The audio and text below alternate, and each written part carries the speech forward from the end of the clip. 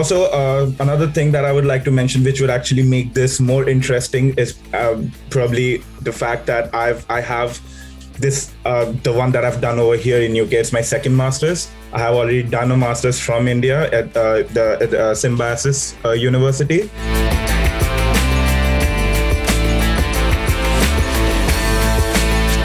Hi Promit, welcome to the Yocket Connect series, and I hope this interaction would help a lot of people who are planning to study abroad, especially in the UK, with all the information that they would want to understand based on your profile. So I would like to begin this conversation understanding with what has your background been like? What have you done previously, and what inspired you to pursue a master's in the UK? So my name is Promit. And before coming to the UK, I've had 2 years of work experience in a startup environment, and I have primarily worked in a marketing department. And since it was a startup, so was a single person having a lot of responsibility. So I have worked in that kind of an environment. And also another thing that I would like to mention, which would actually make this more interesting, is probably the fact that I have this the one that I've done over here in UK. It's my second master's. I have already done a master's from India at the Symbiosis University. I've done an MBA in marketing.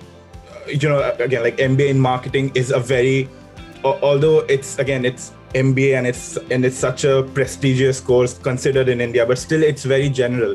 You will probably learn the ABC of how business runs and the marketing aspect of it, but you won't really learn how to optimize a campaign, how to develop a campaign, how to read data, etc. I started looking for universities. I started looking for a course that I would want to get into, something that would satisfy my needs in terms of what skills I want to build. And that's how I ended up in finding University of Leeds. And again, the course that I've done at University of Leeds is MSc in Consumer Analytics and Marketing Strategy. It's a very niche course. In the UK, I know that none other universities provide this kind of a course, whereas you have other general courses like MSc in Management, you have MSc in, now that I say I cannot even think about anything, but MBA, MSc in Management, MSc in International Marketing Management. That is like so super common in marketing department. But the course that I did, that was pretty niche. Only University of Leeds provided that. I did research about other universities, couldn't find one. I did find some alternative courses as well, but yeah, I think we'll come to that later. But yeah, that's how I landed up in University of Leeds.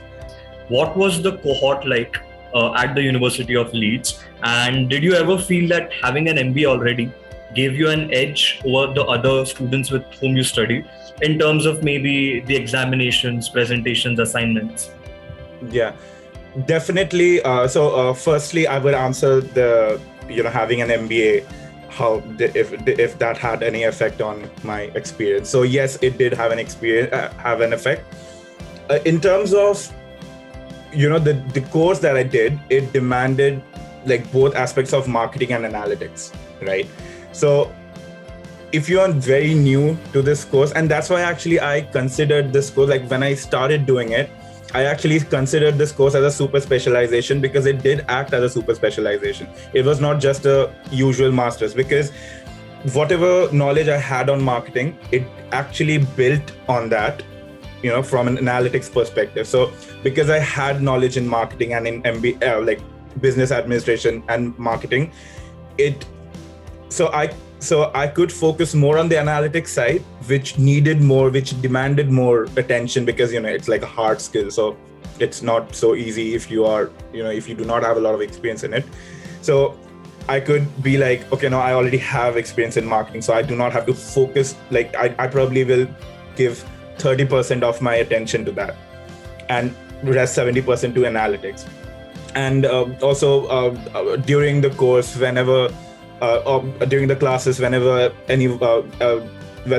the lecturers or the professors would ask any question, you would always be a bit ahead. compared to your fellow course mates, because you have that knowledge in marketing. So that really helped me. And again, yeah, in terms of presentation and all, MBA is about making presentations and working Excel files, right? So it actually gives you that confidence, it gives you that experience, and then you can just bring that to, when you have to do any kind of presentations during your, when I had to do any kind of presentation over here in the UK at University of Leeds. So yeah, it definitely helped. It got worse in the UK during that January 2021 time period, and we were promised that it will be a hybrid mode of teaching. So probably 60% would be online and 40% would be on campus, which seemed pretty good considering what was going around. But that didn't happen. It was 99% online and probably 1% on campus, and that 1% on campus was also, I think they could have just done it online. It didn't matter. So yeah, it was a bit strange. It was a strange time, and because of that, you do not have any physical or face-to-face interactions with your course mates or your professors, which is kind of weird because studying abroad is not just about studying abroad. It's there is also that experience that you're going out, you're experiencing culture, you're talking to people from different culture, you're going out to different places, etc., or you're working part-time in some restaurant or pubs or whatever, etc. So yeah, that didn't happen. That didn't work out. So it was very strange, actually. Why did you choose UK over the other countries? Given that a place like Leeds is also not a very cheap place to live at, right? It's also one of the expensive cities in the UK. So what were the factors that attracted you towards the UK and not any other country for your master's? Okay. So firstly, I think there was this, I had a constraint. My objective was to get into a good university. Probably any university which is in the top 100 QS rank list. So that was my priority. And I know that there are a lot of US universities which fall in that list. But so as I said, I was working at the time. I was in that zone when I'm about to quit. I'm doing my notice period and I have started to apply. And then there was COVID, so there was this unusual stress.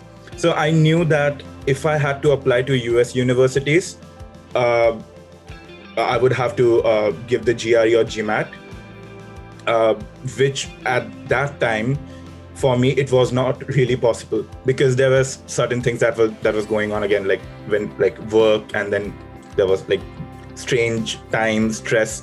So that was not really possible. I wanted to get into good universities, but without having a gap year almost where you prepare for the GRE. I didn't want that. Because in most of the UK universities, you do not have to give they do not ask for a GRE or GMAT result. Most of the admission depends on your past performance, your background, and your SOP, an essay that you have to write, and a lot of it actually depends on your past experience and background. And there were just two options, USA and UK. I didn't want to look into Canada.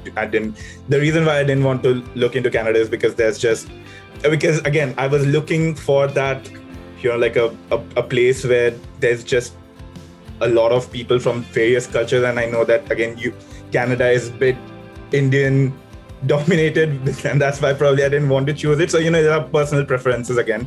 And I didn't want to move to Australia. So US and UK were the only two.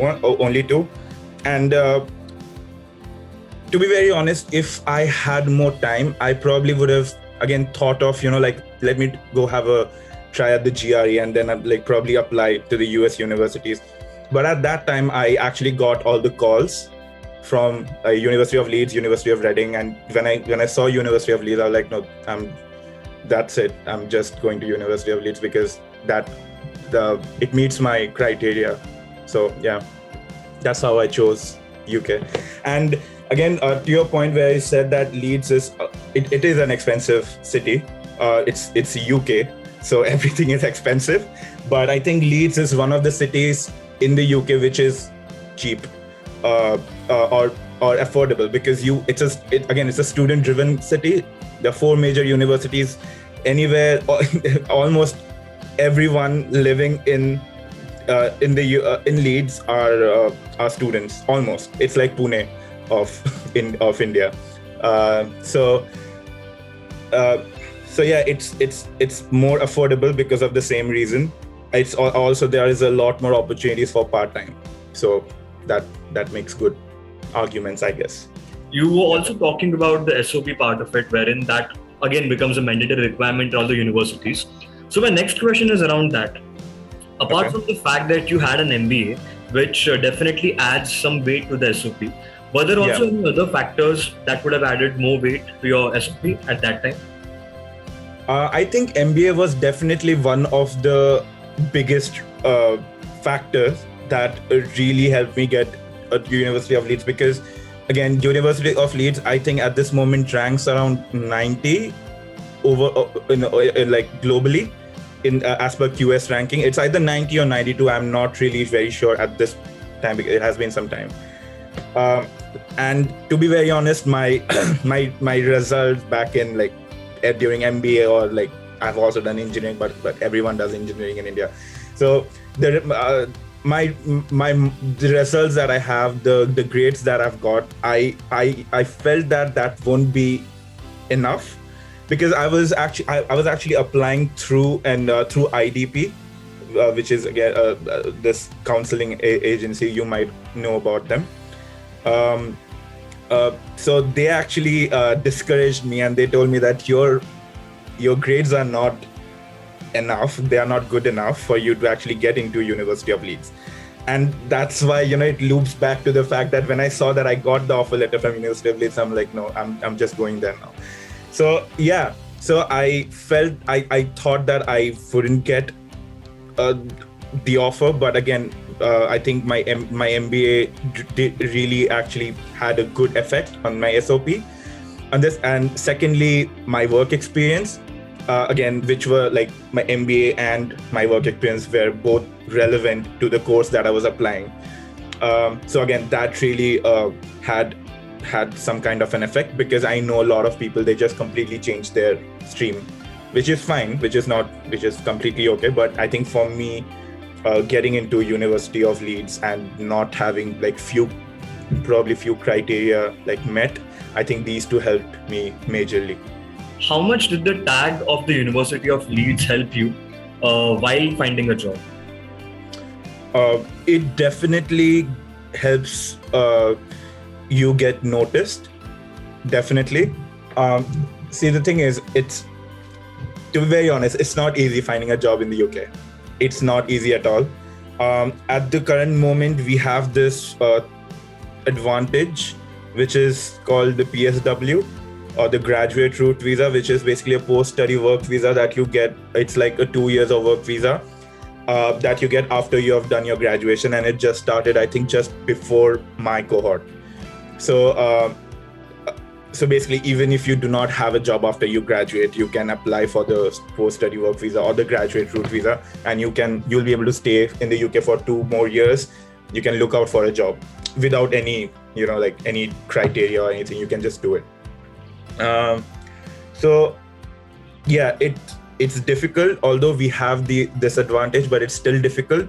The reason being, companies have I think there are certain policies. I'm not very sure about them, but there are certain policies that companies would the first priority of these companies would be actually people from their own nationality. And then if they cannot find the required resource, then they will look out for international students. That's when the PSW kicks in. So it's not that you have the PSW, so you'll be like, okay, no, now it's easy to get a job. It's not easy to get a job in the UK. It's very difficult. And that's another thing about US. I know there's a lot more opportunities in the US, but in the UK it's very less. But having a good university in your CV, that helps you get noticed for sure.